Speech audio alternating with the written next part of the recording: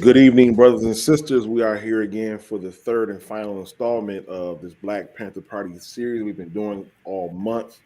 Excuse me in my absence. I haven't been a part of the series, but I'm glad to be part of this last one tonight. Right I on. think it's going to be a good one, and you're going to enjoy yourselves. If you're going to talk to some exciting members of the Black Panther Party, they have a story to tell that I think we all need to hear about something very important when it comes to political prisoners that are still here in this country and abroad. Let's little go over some house stuff and kind of get acclimated to the lay of the land, some introductions, and then we'll get right into some questions. So I'll turn it over to you, Ike.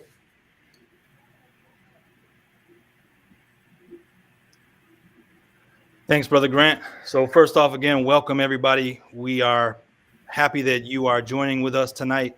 We know that we started a little late, so we'll give our friends a chance to jump in with us.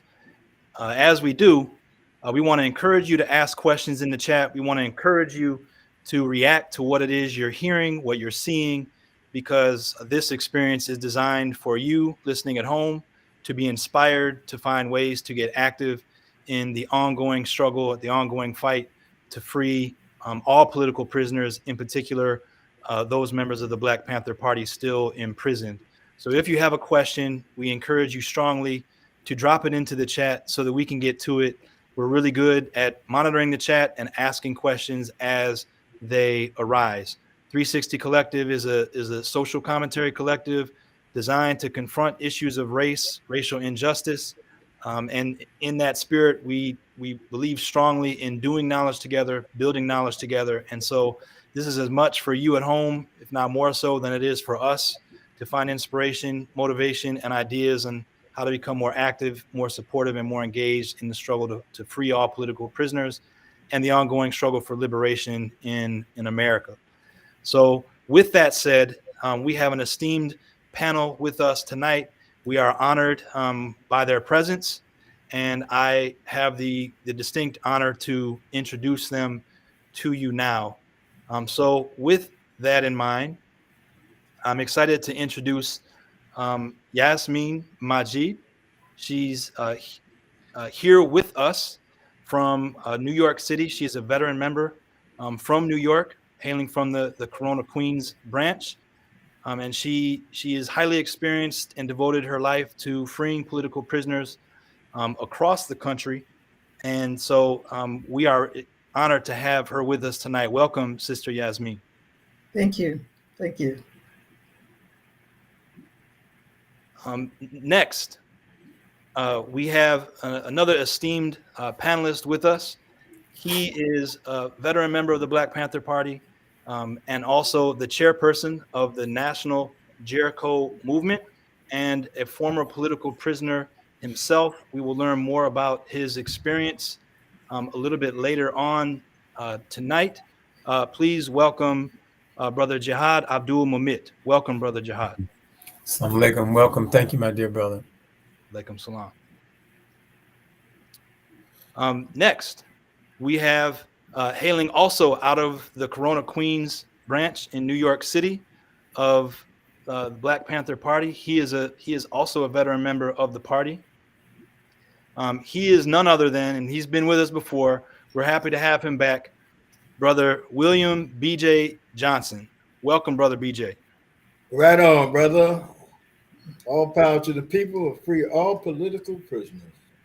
All power to the people. And I also want to mention, BJ will talk about this a little later in the program, but he is also a member of the Black Panther Commemoration Committee. And so you'll hear more about that and how you can support that work a little bit later on.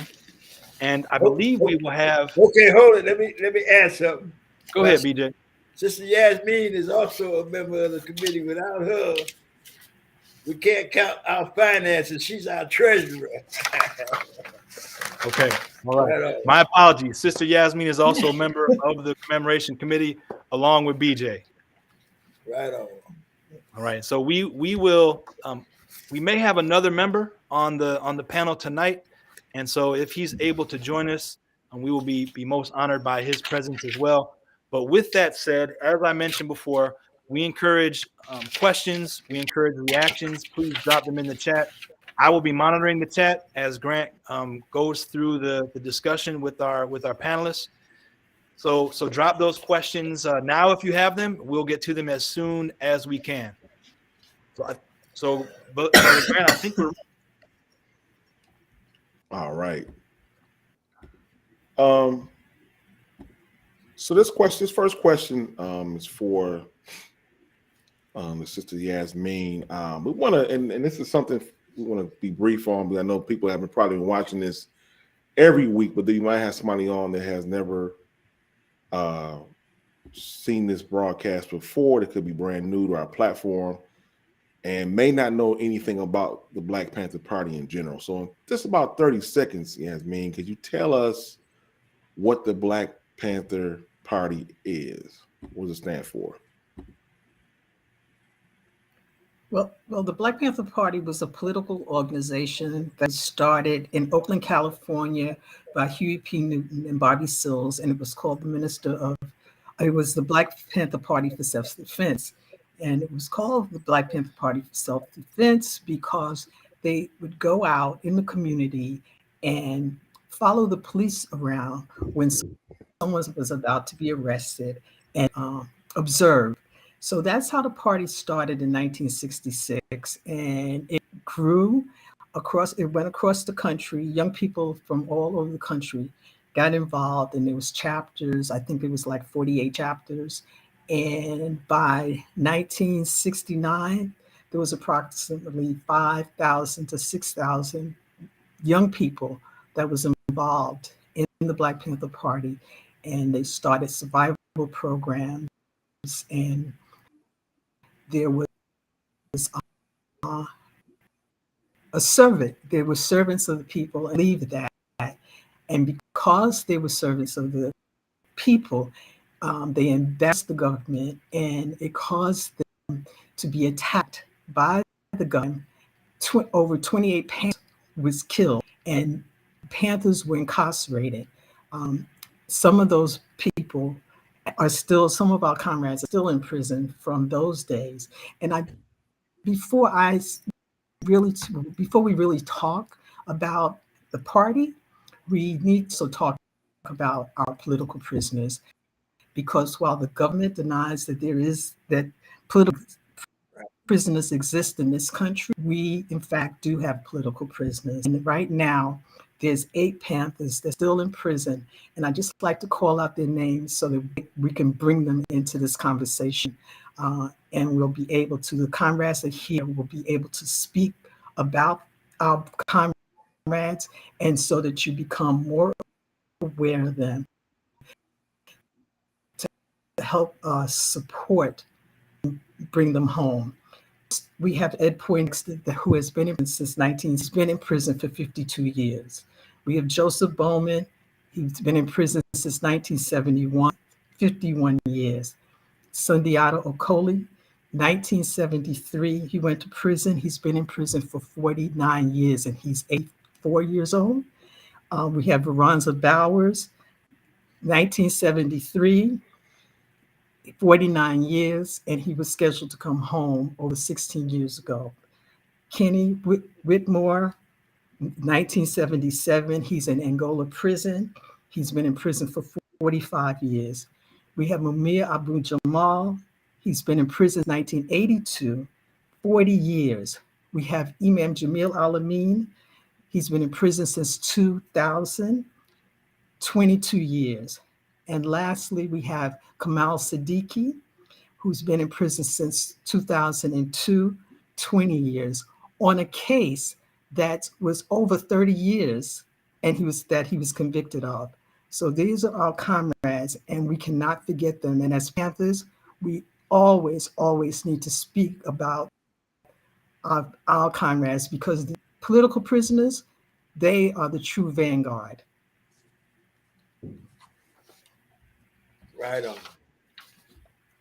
Thank you for that, sister. Yeah, we definitely are going to get more into how you can support these political prisoners as we get further into this conversation. Let's talk about going into basically how these political prisoners, many times, well, in all cases, were set up in the first place. So, as we learned earlier this month, state and federal agents conspired to destroy the Black Panther Party. The COINTELPRO is the best example of this conspiracy. What was the result of these efforts? I'm going to direct that question to Brother BJ. Okay, well, J. Edgar Hoover decided that the Black Panther Party was the greatest threat to internal security of America. And the whole idea was he wanted to stop the rise of a Black Messiah that would organize Black people. You know, and before that, they killed Malcolm because he was on that same level. But the basing about COINTELPRO, it's a good situation. It's a situation that you can see the murder of Fred Hampton. The FBI was behind it, behind the scenes. They had an informant in the Chicago chapter of the Black Panther Party. And this informant gave them the floor plans to where the Black Panthers resided. And they gave them the floor plan of exactly where Fred Hampton's bed was. And the whole idea was to get rid of Fred Hampton because he was organizing a rainbow coalition. Jesse Jackson didn't start that. He just co-opted the name. And this rainbow coalition was the poor whites, Latinos, Mexicans. He was pulling together the gangs, and some churches was going to support Fred in his efforts to organize the community to get a better situation right there in Chicago. So the FBI gave the plans to the police agency and instructed them on what to do and how to do it.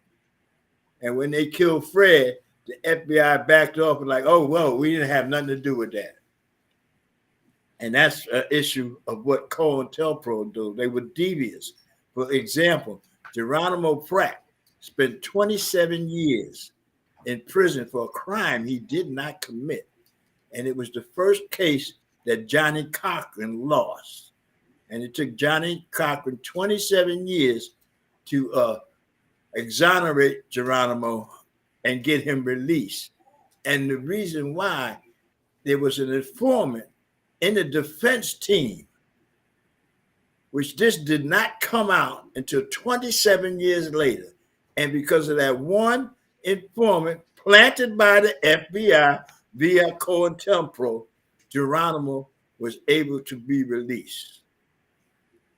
In New York City, there were 21 Panthers arrested for a conspiracy to bomb the DA's house, the botanical gardens. Like, flowers didn't do nothing to us. Why would we do that?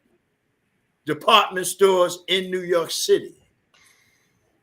And the ones that were actually in charge of that were undercover boss cops planted by the FBI into the Black Panther Party. And this was an attempt by, instead of killing Panthers in New York, they tried to destroy us illegally. And it took 18 months. And after the jury deliberated for 45 minutes, all charges were dropped. And this is what the COINTELPRO was all about.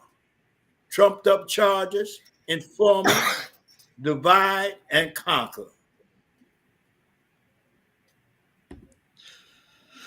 Yeah, it definitely was a wicked system that still plays a role today. I just call it different names, but it's still the same.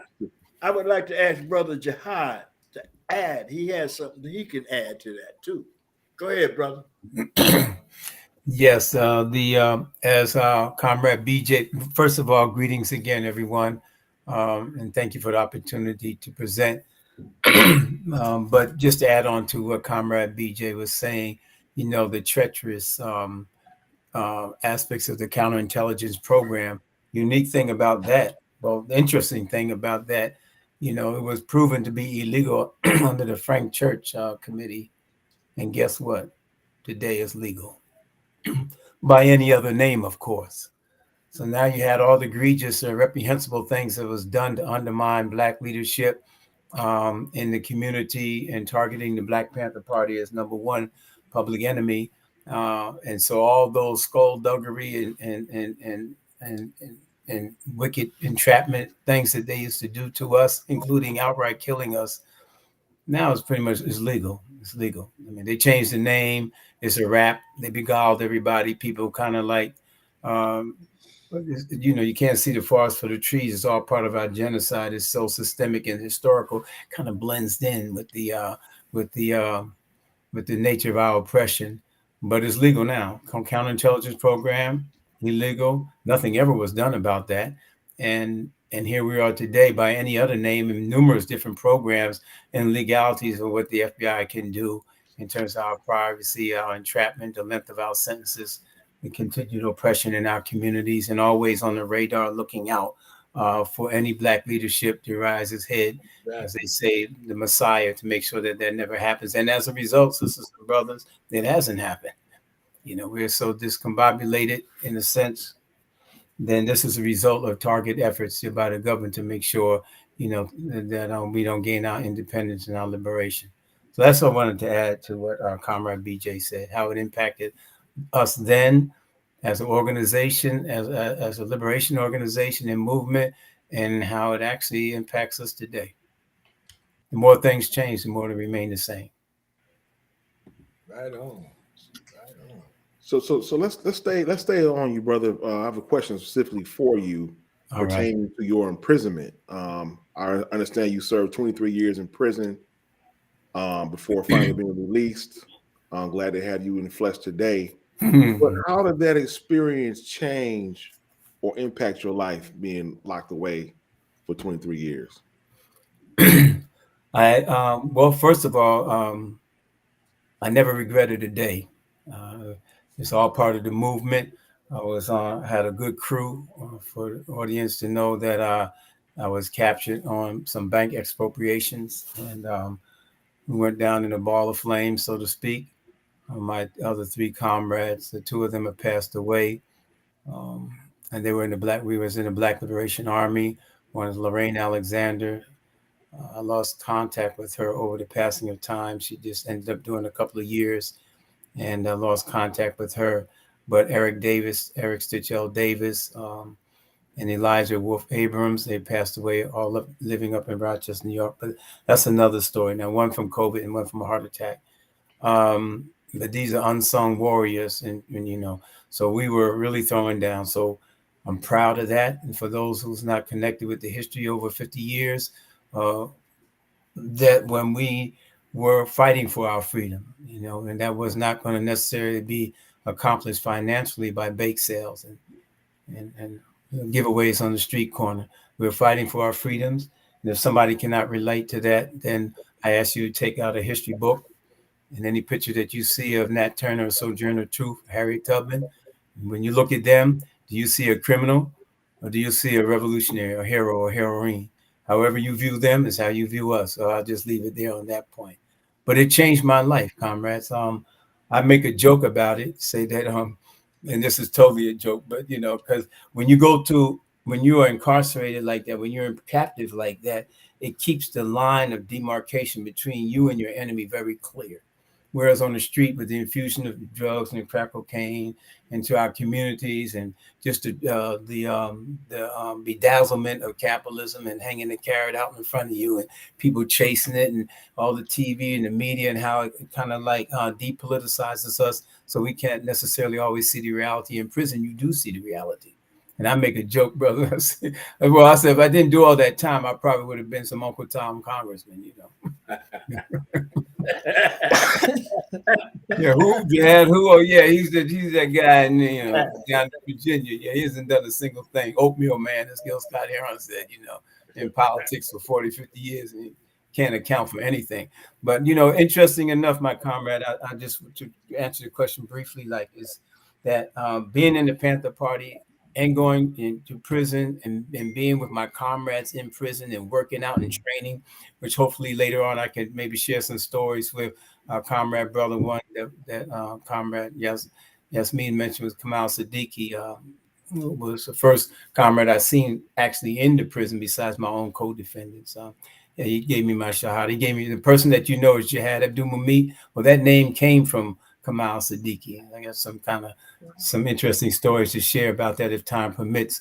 But I was energized when I was 16. You ask a 16-year-old what do you want to do in life, you know, sometimes I don't know, but I've always was in a situation where from 16 on, I've always done, for better or worse, in terms of consequences, what I wanted to be, and that was a revolutionary. I wanted to be a revolutionary. So I got myself a bottle of Boone's Farm, a 357 Magnum, a fake briefcase, and some weed, and selling the papers, and talking that yin yang, and serving them pancakes and them eggs in the free breakfast program. We built a health clinic from the ground up there outside of it was in the Panther Party in Plainfield, New Jersey, with Ashanti Austin, some other comrades that y'all may know, and yeah, I've always done that, you know, for whatever the consequences of, and I never waver from that. So I think being in the party made who I am today. Being in prison, you strengthened me, give me discipline, you know, the workout, the regimen, the whole 9 yards that came. So it really, for the enemy, it was a defeat for them.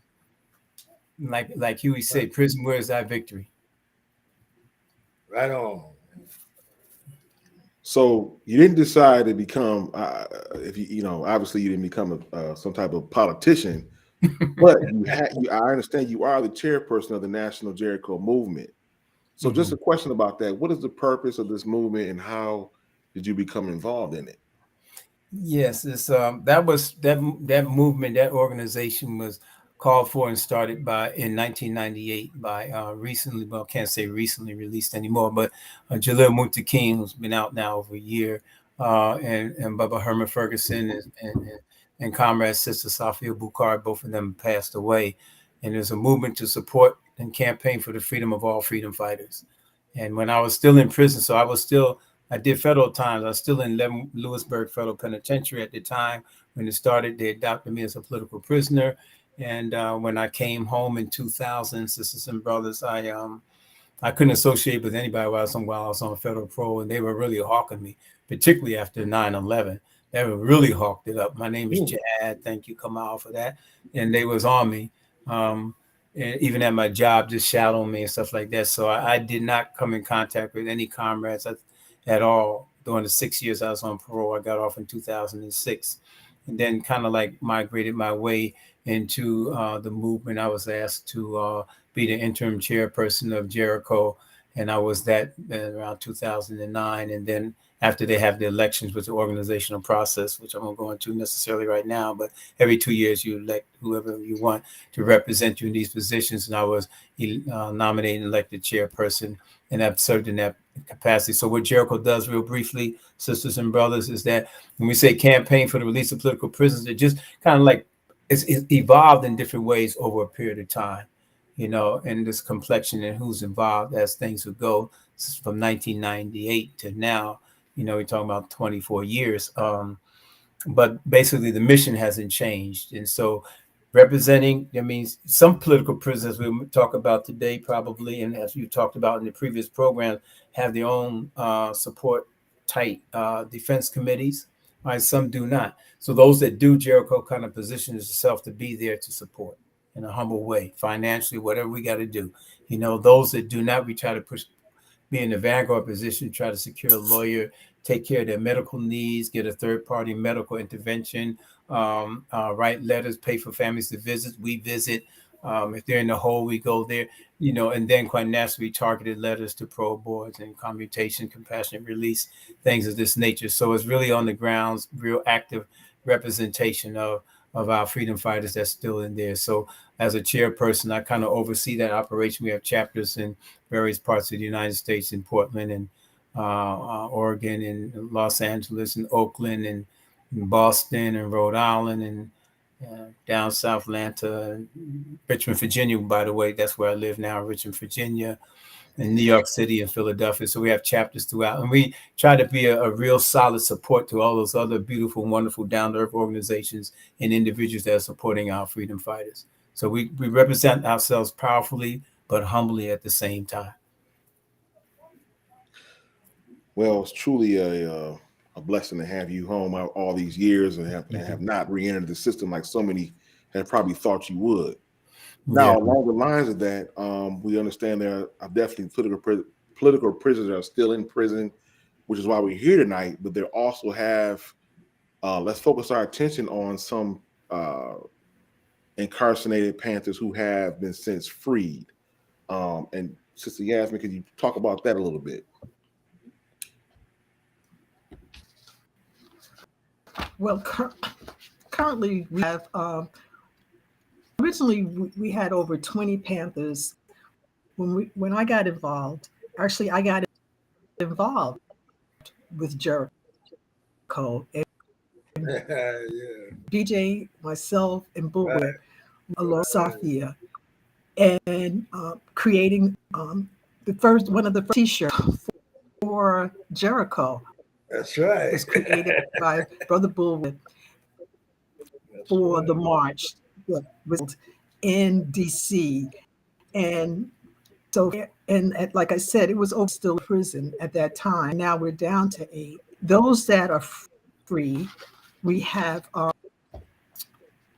for one, Herman Wallace, Angola 3. He died 4 days after being let out of prison. And then you have, but before him, there was Albert Noah Washington. He was part of the Queens, New York 3. And interesting because Jalil, the last Panther to have come, Jalil's not the last Panther to come home, but Jalil, one of the Panthers that just came home, who really part of that New York 3. So we've seen 2 of the New York 3 Panthers come home in Herman, but unfortunately, Noah died in prison in 2000 from liver cancer. That's what's been going on with those passed away. They, like their elders, like any other elder, their bodies break down. It's even worse for them because they're in prison and because of medical neglect. We're losing them. That's one of the reasons still trying to get the 8 that we still have in prison home. They don't deserve to be there. They have sentences that would allow them to come home, but they've been denied. But like I said, we do have successes. We have Herman Wallace, who was able to, his last breath was done on the outside and he knew he was free. We have Eddie Conway, Sekou Odinga. We have Seth Hayes, who came home and he died. He's no longer on this planet, but he was able to come home. And am I missing somebody right now? I'm reacting because I thought about Seth, who came home, but we wasn't able to take care of Seth the way he needed to be taken care of. And unfortunately, he died here. He was, because of medical neglect on the inside of the prison, and he suffered. So by the time when he came home, he was also isolated and he was also suffering. And these are some of the things that we need to get our comrades home. We need to make sure they're in safe spaces, to surround them with the love and the determination we need to survive and look as good as our comrade Jihad, and is able to still fight because they're strong.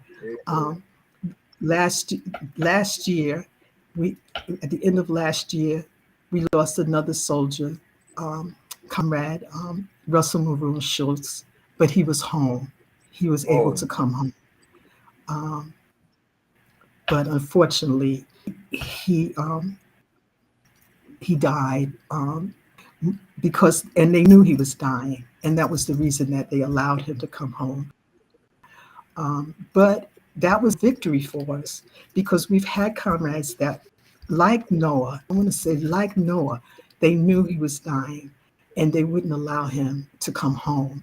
We had Bashir Hamid. They knew Bashir was dying. They would not allow him to come home. So we know that this movement, we know with the support of the people that we can get them to make changes and allow our comrades to come home. You know, they're our heroes. They are the Harriet Tubmans. They are the Nelson Mandelas for us. And we need our people to recognize them and to know who they are and to know their names, to say their names, and to also, like I said, make sure we get them home. And there's ways that we can do it, because as Huey and them said, the power of people is stronger than the man technology. And with the evidence of our political prisoners that are no longer political prisoners is because of the struggle that the people on the outside have made and have worked to get them home. That's right. That's right. That's right. Let me add the Angola 3. Robert King, who yes. I hope Isaac is trying to get him on because he's supposed to be on. But let me tell you, there's the three brothers, the Angola 3. They spent all their time in solitary confinement. Now, King, he spent 21 years of his 31 years in solitary, and he was the first one to be released. And when he was released, he said, "I am free of Angola, but Angola is not free of me." And he hit the ground running, organizing, networking with folks that were working to free the Angola 3. And then he also went all the way across the ocean, and they made a movie about the Angola 3. Matter of fact, 2 of them. And we fought and we fought. And then Herman Wallace was the first one. He was able to walk into the prison and tell Herman, "You're going home, brother. You're going home." Now, like Yas said, he had liver cancer. You see, it's medical neglect for all prisoners in the system, but it's more medical neglect for members of the Black Panther Party, because they do not want Panthers to come out of jail. It's still, after all these years, it's a vendetta against us. They rather us die in prison. Now, to give you a good example, Herman Wallace was told to be freed by a federal judge, and they refused to do it. So the federal judge called the DA and said, "Look, you don't release this man, I will hold your whole office in contempt." And that's forced Herman Wallace to be home. And he passed away, 3 or 4 days later, but among his comrades and his friends. And this is why the fight and the struggle to free the rest of the Panthers is so important to us. It's in our heart, because we want to let the system know, no, these Panthers will not die in prison. They'll die free. All power to the people. So that's powerful, BJ. And I meant to say Woodfox, he is out too. He was the last one that King was able to go to Angola and say, "Yo, man, you're coming home, brother." And he wrote a book about that. So, and at that time, he was the longest held political prisoner, not only in America, in the world. Yeah, that's his book. In isolation, in solitary confinement. That's right. But now I think Leonard Peltier has that distinction, unfortunately. Well, let's talk a little bit more about that, because that's kind of, again, the real reason why we're here on tonight. We want to spend some time and give special. We want to recognize those political prisoners that are still in prison today. So let's get to know them as people in addition to their legal situation, personal relationships you have with them, tell about their families, so on and so forth. So we really can kind of understand how important it is to not only get them out of prison, but to make sure their legacy is carried on once they get out. But let's hear a little bit more about who these prisoners are. So BJ, if you can help us out with that. Okay, I'd like to take the first one, Veronza Bowers.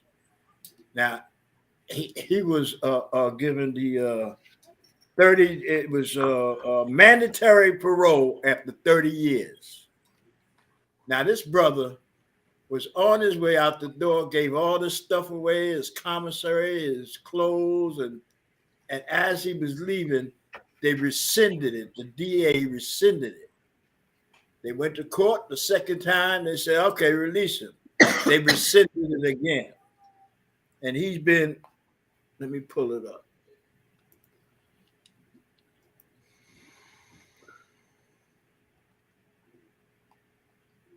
On October 26, 2004, the federal judge ruled a writ of habeas corpus, and they ordered the parole commission to hold a hearing and release Veronza Bowers on parole. Now, that was in 2004. February 18, 2005, they also ordered him to release. And this could be found on his page. Then the third release. And then the Attorney General of the United States rescinded his release. So that means there's no reason for him to be there. He has his mandatory issue, mandatory parole. He's supposed to be in the streets. But because he was a member of the Black Panther Party, they will not release him. They have a vendetta against these old senior citizens. And if folks could go online and sign a petition or get involved, that's what we need. I think Jihad has an interesting story about Kamal Siddiqui, which we just celebrated his birthday. And we had a Zoom conference. I think it was something like 80 people online, along with his children. And it was great. And the great part about it, he was on the telephone listening to the whole thing. I will throw the ball to you now, Jihad. Okay, comrade. Yeah, thank you, BJ. Well, I think, I do want to talk a little bit about Comrade Kamal Siddiqui, but just to uplift the message here that, as Sister Yasmeen and Brother BJ has been saying, to mention their names, know who they are, learn who they are, find out who they are. Interesting enough, like all of us are very young when we joined the Black Panther Party. I was just 16. And when we were 16, a lot of us, 16 seemed like a golden age, but maybe to join the Panther Party. But there was a lot of older comrades that was in their mid-20s. The mid-20s, we're still talking about very young individuals, young people. Matter of fact, everybody. Huh? I'm one of them. Yeah, I know. That's what I'm saying. So, and even our leaders, our the ones that we really looked up to, the Malcolms and both Malcolm X and Dr. Martin Luther King Jr., they both was assassinated when they were 39. So that means everything that they did before that, 38, 37, 36, 35, was done. They're young. Everybody's young. Now look at me, gray in my head and stuff like that. But so yeah, when I went to prison, same with Kamal, he was there at some lonely, faraway place called Oxford, Wisconsin. And that was for long-term youthful offenders. I think I was 22 and I got there. He's 24. He's a couple of years older than me, maybe 25. He might have been. And And Kamal taught me. I was so surprised to see a BLA brother there. I didn't know what to do. I seen him sitting on the floor at Juma. When you sitting all cross-legged, I said, "What's going on here, brother? Man, talk to me." It was kind of funny, but Kamal, like I said, he schooled me. I was I used to be really hyped up individual as a young person, very energized and too hyper probably. And when I went to prison, for those of us that was in the party, one of the campaigns we had was "Death to the Pusher." So now I come into prison, and there's a lot of drug dealers there and stuff like that, and I be hearing them talking. I be challenging them straight up, kind of very aggressively in this closed-in environment. Like, because my thinking was all the time, two hurricanes can't blow at the same time, and you got a BLA brother come up in here, all that drug slinging stuff you gotta put that to the wayside, But Kamal taught me how to really modulate that, how to organize, how to interact with, because I didn't know. I'm just now coming to prison, and it was a lot to learn. And he taught me that real quick. And because of who he was, that I was all listening and all ears there with him. And I watched how Kamal, I think on that birthday call, I think his, I forget who said it, but she was saying that how he's calm, cool, and collected. I think they said. That's right. Calm, cool, and collected. And with that smile he had, just reeling me back in, and that had such a profound impact on how I conducted myself. And it took a little bit of time, a couple of years, for that to really sink in, about how to deal with other brothers and sisters. You ever watched the movie Spook Who Sat by the Door, when Freeman was talking to his comrades? He said, "Well, you get busted, you continue to organize in prison," and that's what we did in prison. You get busted, I mean, you got to shake it off a little bit, and get in tune with your case. Try to escape out of there if you could. Which, by the way, that was the order of the day. That was no joking. You better not. When we were young, you better not be out there playing some baseball. Man, what? You joined the baseball team. You joined the baseball team, you must be trying to position yourself to right field so you can get near the wall or something. I know you ain't playing some ball. So, I mean, we kind of slowed down on that as we got older, admittedly, but a salute to Maroon, Comrade Maroon. That's why we call Maroon. And we wasn't playing like sometimes you want to, in the effort to get out, we have to kind of dummy down what we're about. And you know how that is, because we lost so much ground in our movement. And the Quiet Warrior, somebody put up there, Sister Catherine Morgan put up there, Quiet Warrior. She put it in the chat. But that's Kamal means. And so, but now we kind of dummy down. But I can tell you, when we were young, the cadres of BLA, and when they sent me they whooped my behind for taking 2 pieces of fish. And Kamal told me just to chill out. But anyway. When I say whip you, I mean, I don't know how they took my coat off and all my clothes and kept my handcuffs on. I couldn't figure that out. But they did that to me. It sent me to Lewisburg with more comrades there. And so we kind of thrived. We had cadre, we had PE classes, we worked out. Kamal was instrumental in all of that. And I learned how I ended up resolving so many. Matter of fact, that was one of the things that even came up in my last parole hearing, how many institutional rifts and beefs that brothers have with one. They didn't say brothers, but they say inmates have with one another, how we was able to resolve it, and that was like a checkbox in my favor. They didn't know that how to resolve a beef. They knew what I was saying, because I would tell brother, I said, that's your enemy. It's a prison administration. If they knew I was saying that, they wouldn't like that. No doubt. Your enemy play you. And I was able to, in different ways, depending on the situation, thanks to Comrade Kamal, be able to break that down and explain that to somebody in 25 words or less, because you got to get this explanation off really fast to stop somebody from stabbing each other or hitting somebody with a pipe or something of that nature.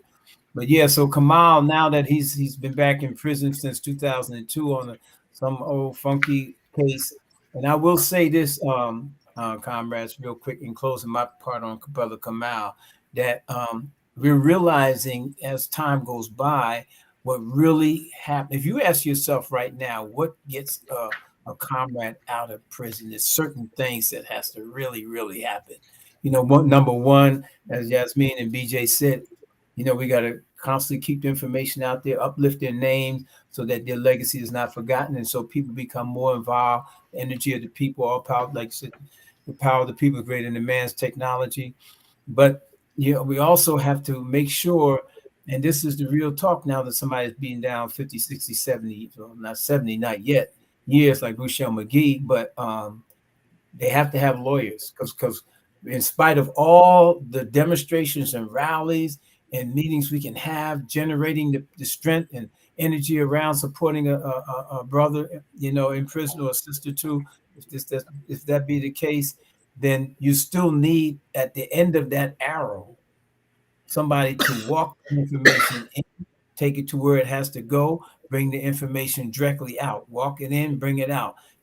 At the end of the tip of our arrow, and the arrow represents all the energy, all the mobilization, all the letters written, everything that we're doing, that tip of the arrow has to be a trusted lawyer to do their work and to make that happen, to take it into court, to present it to be in front of the parole board, to be able to file for that compassionate release, to actually put the pen to paper and walk it in and make sure it gets to the right place. So, with all of the 8 Panthers in, and for all the other political prisoners too, because we're not talking about that necessarily right on the program, but there's many more other political prisoners in prison that Jericho represents and other organizations represent.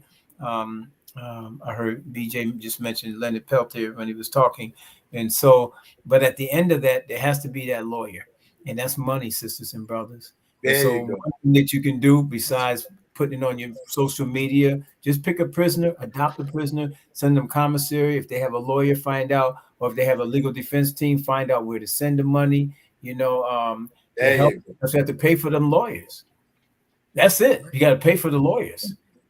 There The you days of people doing that on their own, and we have a lot of radical lawyers still, but everybody's getting older and their livelihood depends on it. It takes time away from the other things. I mean, this is just real talk. When it gets down to the real nuts and bolts, can we afford a lawyer to get Kamal or Varanza out of prison? And for some of us already have it. And it's not, even with that, it's not easy. It's not like get a lawyer and get them out. No, we know Yeah, right. wall that we have to Right. penetrate, but there has to be a tip to that arrow. There has to be a tip. So everybody that's gotten out had that lawyer, that Dr. Maroon, had Barbara Zeller testify at that hearing. There has to be specific people in key places to have the right microphone at the right time to advocate and say and do and write the right things for them. So long live the spirit of Kamal Siddiqui. I thank him for all that he's contributed to us. After the call, after his birthday thing, Kasissa, his daughter, called me, right after the birthday call. He said, I got daddy on the phone. We talked about 90 minutes. And I have to admit, a lot of that is, do you remember what happened to so-and-so? What happened? You remember? So then about finally got down to the business, but he has a lot of problems with this. He got ulcers in his feet, in his ankle. Just give me one more minute. He's in a place called Augusto Medical Center. It's in Georgia, and it's a deplorable, despicable slave plantation. And he said slave plantation because he said that if you're walking down the hallway and the warden and the black lady who might be the assistant warden, even a black woman, so it doesn't matter with the face on this thing, other prisoners will step to the side and actually hold their head down. Oh, wow. And guess what he said? That's not a written policy. That's the culture, and everybody does it. And so that's the type of place that he's in, and you just either do it or you don't and suffer the consequences. That's one thing. The second thing is that it already was nailed for medical neglect. Now it's so oppressive there that a lot of the medical staff have left because of how the administration treated them. So now you got medical neglect on the baseline of it all. A lot of them have left, and then even more have left because of COVID-19 policies and things of that nature. So we really have to drum up that campaign. And I talked to Barbara Zeller on his defense committee calls. and we're going to have to really get a lawyer and third-party intervention in there to save this brother's life before they chop off his leg or something. So there you go with that. So he's going through a lot of medical, very painful with his leg, and vasculitis is what he called it, for those who may know. But there's a reason that's happening. The diet, starch, carbs. If you have diabetes, you're done. If you have diabetes, you're done with the diet thing. You're done, because carbs and sugar, not just processed sugar, but it's not just candy sugar and white sugar in your Snicker bars and stuff like that. Is also the potatoes and the rice. So he's really under the gun, sisters and brothers. So we need to turn attention to him, as well as Veranza and everybody else that's been mentioned. Thank you. Right on. All right. We have a couple. I want to jump to the comments. We got a couple comments and we want to get to real fast. Okay, so first off, Morgan Catherine asks, how have you processed your revolution-related trauma, and how would you guide new activists on processing their trauma? And then there's another question from Queenie Queens, which is a general question about how can they help? Queenie Queens is from New York. So I believe that there's a question coming up about how listeners can get more engaged and activate around this important cause. I know that Brother Jihad mentioned a couple things. So maybe we could take Morgan's question first, and then we can jump more into Queenie Queen's question second. I have a quick one sentence answer about the trauma piece. Is that, if I may, BJ and Yasmeen. Yeah, it's like there's a book, I forget which, Wretched of Earth or Black Skin White Man. I forget which book it was, but he made a statement that as far as addressing our oppression, the trauma that it comes about, and in this particular case, we may be talking about coming out of prison or revolutionary trauma, just being involved in the movement.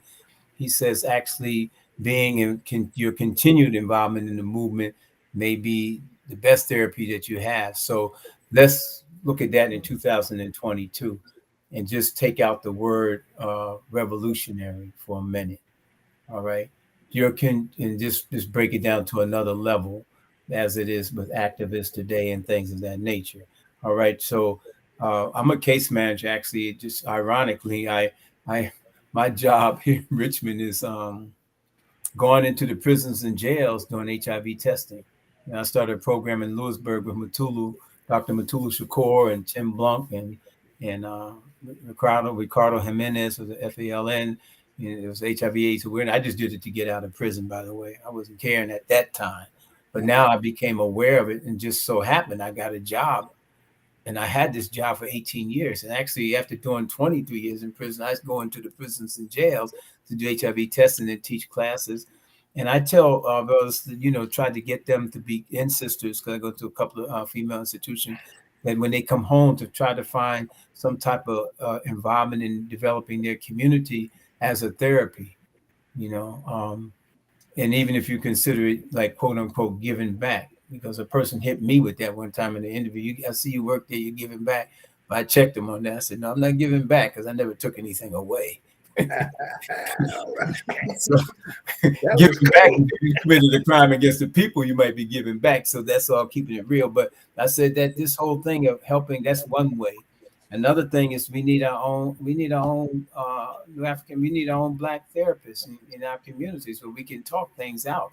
There's nothing wrong with sitting down with a psychiatrist and we do have mental health issues. The biggest problem in prison with violence with mental health, people bipolar, off their meds, they stressed out, personality disorder and schizophrenia. And you put yourself in a cell with somebody that's bipolar, off their meds, they're already strung out and stressed out and already ignorant and apolitical, you got yourself a potential problem. As simple as that. And the same thing in our communities. We need our own. That's self-dependence and reliance. So to answer the sister's question, I think that number one, and the general thing, to just kind of stay involved in developing your community, if it's like working with a shelter or a women's group and teenage pregnancy, or substance abuse or whatever it may be in mentoring and education. That's one good thing because you meet a lot of good people doing that type of work. Another thing is go see a therapist. Hopefully it be a person who looks like you and knows the heck what they're talking about. There's nothing wrong with that. And be easy on yourself. And comrades, BJ been around longer than me. Yasmeen been around longer than me, actually. And you got to do those things to actually take care of yourself too. And because sometimes we've been involved so long, it's easy to, but maybe not anymore. But not too long ago, it might have been easy to guilt trip us. You're not gonna be at the meeting, brother. Yeah, right. I want to say I'm home watching a football game. I said, oh, Yeah. make me feel bad, but you got to self-care yourself, Catherine. They were asking the question, have your own agenda for your own, taking care of your own beautiful self. I still got my Kamal Siddiqui workout. I still work out when I come home from work, like I'm on the 4 o'clock count or something. My family thinks I'm crazy, but it's real. But it's and do those things. There's nothing wrong. Watch a movie or go walk. Relax. You have to take care of yourself because, and then I will shut up, because all of us, the BJs and the Yasmeens and all the other Panthers that might have been on the program and the Albert Wood Foxes and I mean, the Robert Kings, we got gray in our hair. I would not ask, this might have been arrogant and stupid as hell, pardon my language. But when I was 16, I wouldn't ask somebody 70 years old anything. That's stupid. Maybe that's why I messed up so much. But the point I'm making is that it's on the young folks to get that stuff together. You don't know who the political prisoners are. We had to go walk to a library to find out. Now you got this. All you got to do is Google it. Google who Kamal Siddiqui, who is Freddie Hilton, Kamal Siddiqui. You don't even have to walk to the library, so don't make yourself lazy by saying you don't know. Who are the political prisoners in Syria and the United States? Who are the Black African political prisoners? And I'd be daggone, this device would even tell you that. This device would tell you that. It will. And there you go. So I'll shut up and let the other comrades give their part. But being involved and pacing yourself, talking to a professional, there's nothing wrong with talking to a psychiatrist. Doesn't mean that you're crazy. And we may all need that. Right on. Right on. All right. Well, as far as I'm concerned, my trauma, when I think about it, because it could have been me. You know what I'm saying? I escaped them years in prison. I escaped death. So when it comes about trauma, I think about that. And then I said, well, shit, let me help get these brothers out because it could have been me. And I'm talking to you young people. Go back in your history, the slavery days, where they came from. Back in, look up what happened in civil rights movement, Jim Crow, how they beat them kids with sticks and they put the dogs on them. It could have been you. But what I'm saying is, it's about us to get it together and do what we tried to do. We tried to change this system. Our whole thing was we want to alter or abolish this system. We didn't abolish it, but we sure as hell altered it. Some of you people online now that got free breakfast in school when you was growing up, that was because of what the Black Panther Party did. That's right. J. Edgar Hoover said, whoa, that Black Panther Party breakfast program is getting the people to align themselves with the Panthers. We got to stop that because not only were we feeding the kids, we was given the true education. Point 5 of the Black Panther Party program. We want the true education that teaches us the true nature of this decadent American society. And imagine this. Kids from the breakfast program all across the country, when the teacher said, well, so and this happened. And that ain't the way it is. No. And the teacher went to the principal went to the superintendent, and they finally got to them powers that be. They said, "No, man, they teaching them kids the truth." So J. Edgar Hoover convinced the power that be to give free breakfast all across this American country. And when that happened, the attacks against the Black Panther Party intensified. So you want to deal with trauma? Educate yourself. Educate your history. And see how we got here and how far we really got to go. Thank you very much. And thank you, brothers, for this forum. I really enjoy it. Thank you, Brother B. Well, we want to entertain this last question. This is really probably one of the most important questions. And to Sister Yasmeen, basically, we're going to get some information on how people can get involved to support the political prisoners in terms of key events, the specific sites to visit, donations, things like that. So when everybody listening to pay close attention, get a pencil, paper, something to write down with, and take this information down.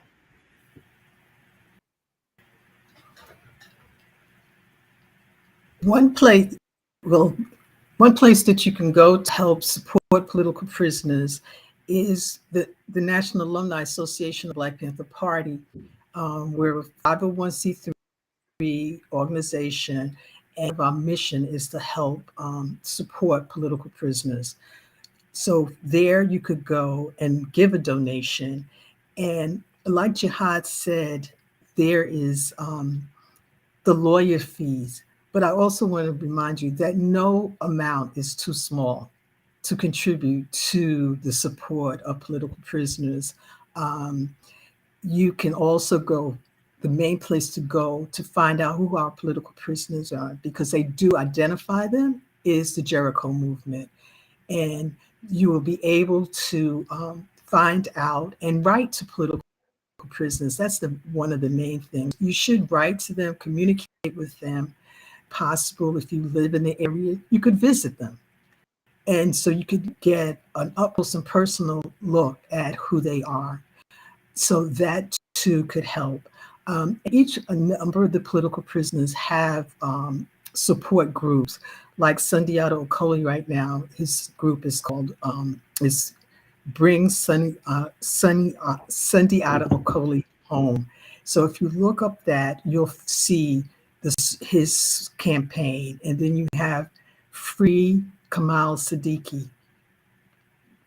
Go on the website and you'll see Free Kamal Siddiqui. And as Jihad said, there's a number of places that you can go, and it's right on, it shows you all of the different fundraising groups. But at this point, I wanted to give an update. I wanted to give you an update on one of the political prisoners. We got a letter just the other day from Kenny Zulu Whitmore. He just wrote me to tell me that his case has come before. He's working on getting released. He's also a part of the Angola. He's also in Angola prison, and was actually recruited into the Black Panther Party by the Angola Three Brothers. That's Kenny Zulu Whitmore. And he's been there. And one of the reasons he hasn't come home, because he's still a Panther. Like he said, once a Panther, always a Panther. And that's how he acts. He acts he still acts in the spirit of the Panthers. And on September 17th, 2021, the DA and docs met to decide on a parole date for Zulu. And it was supposed to happen in 30 days, and they rescinded it. So now he is back in court. So Zulu needs support with his lawyers, because again, it costs money to go in court. And just recently, Sundiata is in court. So there's and also Veranza. So a number of our comrades are in court trying to get reduced sentences and to be released, because they have been in prison for 40 and 50 years. And I just wanted to also bring up our comrades. When we was talking about those that are free, I became overwhelmed. But I want to give you the names of our comrades who have come home. And it was Herman Wallace, who came home in 2013. Marshall Eddie Conway, he came home in 2014.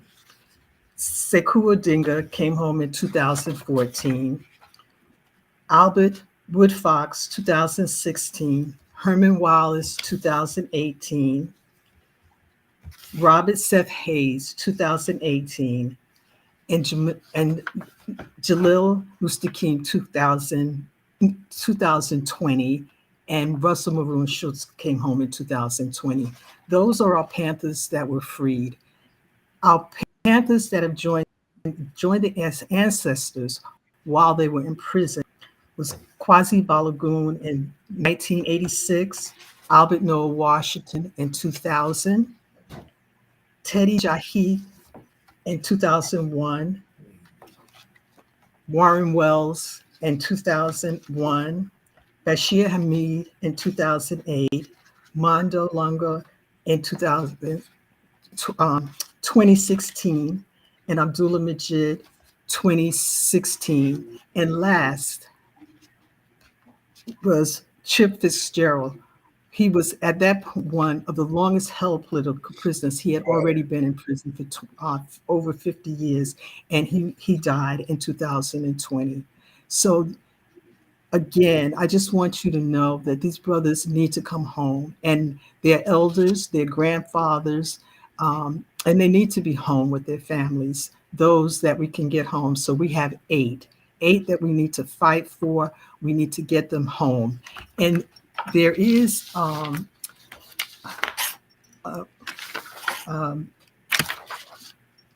Chairman Representative Bobby Rush has he is involved in COINTEL Disclosure Act, and please look it up. The act is HR 2998. It's COINTEL Full Disclosure Act. We need people to support that and let Congress know about the act of to open up the COINTEL Pro, and be reminded that out of all of our brothers that have gone to prison, not one person in the United States, although they've killed our people, nobody has gone to jail for or has spent any length of time in prison during the time that we was at war. And we was in a war during the time of the Black Panther Party. That's right.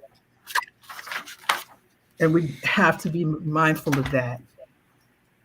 We went to jail, but and was treated as criminals when in fact we were political prisoners. That's right. And please look up to be a political prisoner, and you'll know that these comrades went to prison because of their political beliefs. And when some of them are charges, but right now the comrades that are still in prison are in prison because they killed charged with killing police officers. So please be mindful of that. But not one policeman has ever went to prison for killing us. Right on. Yeah, we appreciate that information. Is hopefully everybody's gotten that information down so they can get involved. This is something on my mind, and somebody might be actually wondering this, who's listening right now, in terms of this might have came up before as a question. Someone might be wondering why a president can't either rescind or pardon these political prisoners' sentences. If anybody can explain that, is that the case, or they're not allowed to get involved in these cases? I could start with, I know Jihad. I could start with, Go on. the presidents can pardon and give clemency, and they have in past. Some presidents have. They can, but they have to have they have to be on the federal level for the president, in Federal. order for the president to pardon or give clemency to someone. And on a state level, governors can do it, and some of them have done it. But as far as Panthers are concerned, we're talking about Black Panthers. As far as Black Panthers are concerned, they have never been pardoned. There's no clemency and no compassionate release for any Black Panther. But they have the ability to do it. Jihad. Well, yeah, you said it all, comrade. You said it all. This for federal. You asked about a president deals with federal prisoners, such as myself was in the federal system. For states, it would be the governor that would be able to do it, and oftentimes the go-to, if it was to happen, would be clemency, meaning that you reduce the sentence to the point where you can go to the parole board and get out. Pardons very seldom happen at all. If they do, they usually happen once you're out, like myself, and been out for a while. Then you can ask for a pardon. 99% of the pardons granted, state and federal, people that's been out. As a matter of fact, I'll be filing one this year because I've been home 22 years for what it's worth. So yeah, it's just like Sister Yaz said, it's Panthers. we was public enemy number one. And this is totally subjective. It might be when you look at the FALN comrades that were pardoned under Bill Clinton, and Oscar Lopez Rivera was pardoned by President Barack Obama the day before he left office. The Puerto Rican comrades, there's more politics and leverage there as a colonized, even though they're colonized, as a unified nation to level against the government for whatever they're jockeying for and doing like that. We here in the diaspora, we haven't developed that punch of unity to be able to leverage anything. So somebody said, we got to be like the Puerto Rican brothers and sisters. Well, let's look at that then.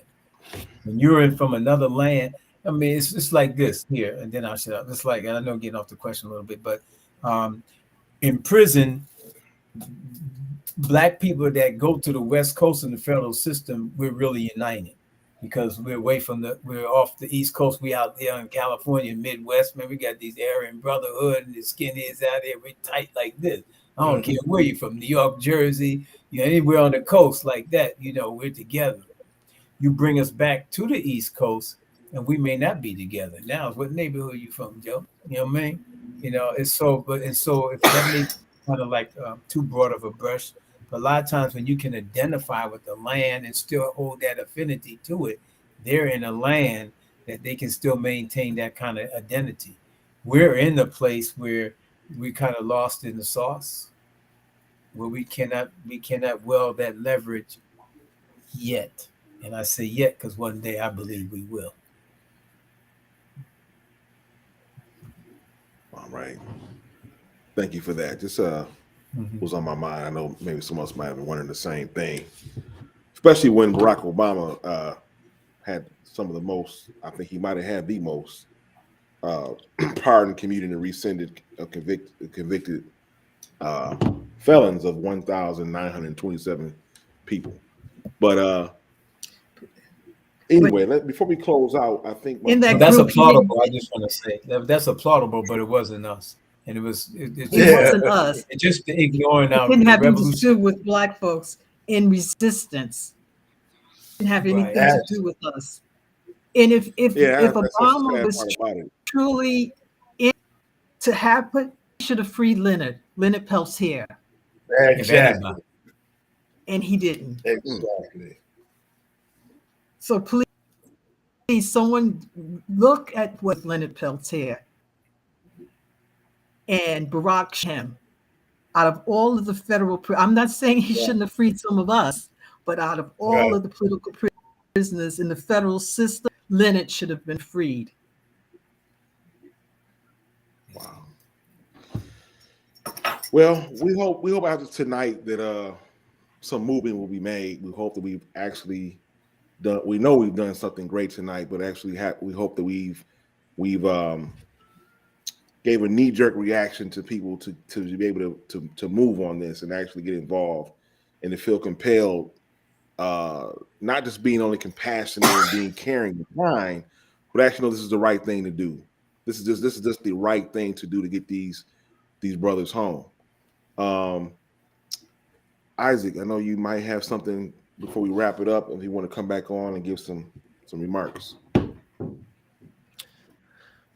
Sure. So I guess we'll give our panel the last word before we close out. But we've heard some important ideas tonight and opportunities for listeners to get involved. Anything from making a cash donation to the NAA BPP or directly to the Jericho movement, to writing a letter and adopting a political prisoner, beginning a relationship with them through writing, or in some cases even emailing. And then, as Sister Yasmeen said, even visiting with a political prisoner who may be near where you live. And then there are more things that you can do beyond that. You can get directly involved with the Jericho movement. You can get involved with Brother Jihad, who's here tonight, contacting him, talking to others in your community about political prisoners, organizing letter writing campaigns. Sister Yasmeen also mentioned HR 1298, which is a bill that is sitting in a committee right now in Congress. You can contact your congressperson and ask them to move that bill onto the floor for a vote. There are only, I believe, 24 or 25 sponsors or co-sponsors on that bill right now. That is a bill that can get and should get and needs to get moved onto the Congress floor for a vote. This is an important bill because it will open up records that are still sealed related to COINTELPRO and the systematic attempts to destroy the Black Panther Party. And it will also remove J. Edgar Hoover's name from the Federal Bureau of Investigation's building, among other things. So that's a bill that we hope that you will activate around, support, contact your Congress people. So those are just a few of the ideas that we've heard tonight. Before we get into our program for next week, I want to make sure that there's nothing that we missed. Is there anything else that our panel suggests that listeners can do to activate, to help and to support the cause of freeing all political prisoners, in particular the 8 members of the Black Panther Party who are still in prison? Is there anything that we've missed or anything that you want to close out with? If I may, I just want to emphasize again, on top of the emphasis, writing a freedom fighter is real live action. It's more dynamic than reading the book. You know, chronologically speaking, we'll be dead anyway soon, and I'm one of the younger ones. And then, when you look at us, we're going to clock out soon, so you won't have somebody on the show that's in the Panther Party. You will be forced then to read it from a book. So while you have freedom fighters alive, and you don't have to write a political heavy duty letter. You say, look, I go to school, I live in Arkansas, whatever, I'm raising my son. What do you think I should do? And we would love, they would weigh in with such beautiful ideas. And on top of that, you would help them so much with their spirit, and you will let the prison administration know that these comrades are not alone, that people are all around the world love them, know what's happening with them, care what's happening with them. And that means a lot for a guard to know that somebody's getting, a dozen or so letters, every day. That's a big deal. They just can't isolate you and do what they want. It'll be harder for them to do that and get away with it. So it has a lot of ramifications, you writing somebody. So go on and write, adopt anybody and just write it. You don't have to. That's right. With your guts, just be yourself and just write a simple letter. I'd like to piggyback on what he said about writing, because every year the Black Panther Party Commemoration Committee of New York, we have what you call a Black Panther Party Film Festival every year in October. And at the end of the film festival, we say the same thing: write a political prisoner. This sister came back one year and she said, look, I wrote so-and-so and he told me to do this. He told me to do that. And wow. She said, I'm getting letters from him all the time. And if you write them, they'll instruct you with what to do and how to do it. And if you missed anything tonight, as far as how to contact them, email me, bj710nyc@gmail.com. bj710nyc@gmail.com. And whatever you missed, you just let me know and I'll shoot it right to you. And Brother Jihad, I'd like to say something the way you pulled up that phone, man, and this computer stuff. If we had that back then, man, I think we still be around as an organization, huh? We might. That's right.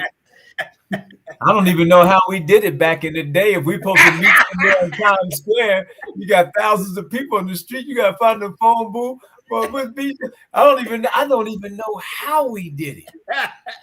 Mimeograph machine. I bet you some of these youngsters don't even know what that is. Jihad. We were so high on the people that we could do anything.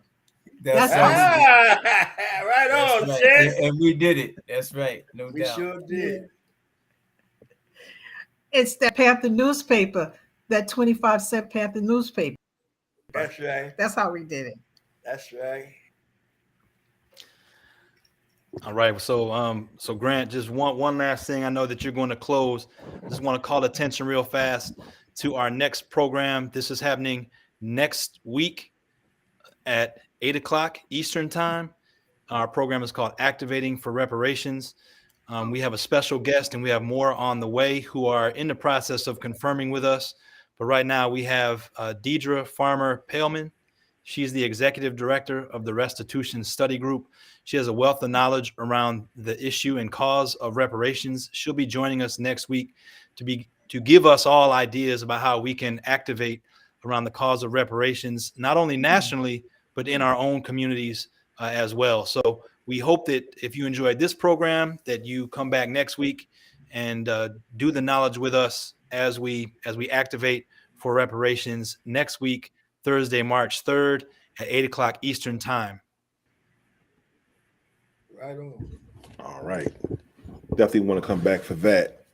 But let me just say as we close out, thank all the comrades who came on the show on our program for the last few weeks, celebrating Black history. A lot of times the Black Panthers get left out of Black All history. the time. They are definitely a huge part of our history. And we're happy and we're excited. We feel honored actually to be a part of this celebration with you all these last few weeks. It's something that we'll definitely hold near and dear for the rest of our lives. So thank you all for taking all the time you had to come out and talk to us and setting time to talk about these important issues, especially tonight.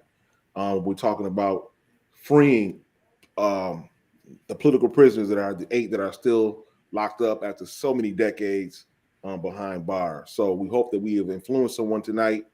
We hope that we have inspired someone tonight. That's right. This concludes this series. We'll be back next week on another topic, and we'll be looking forward to seeing you all next week.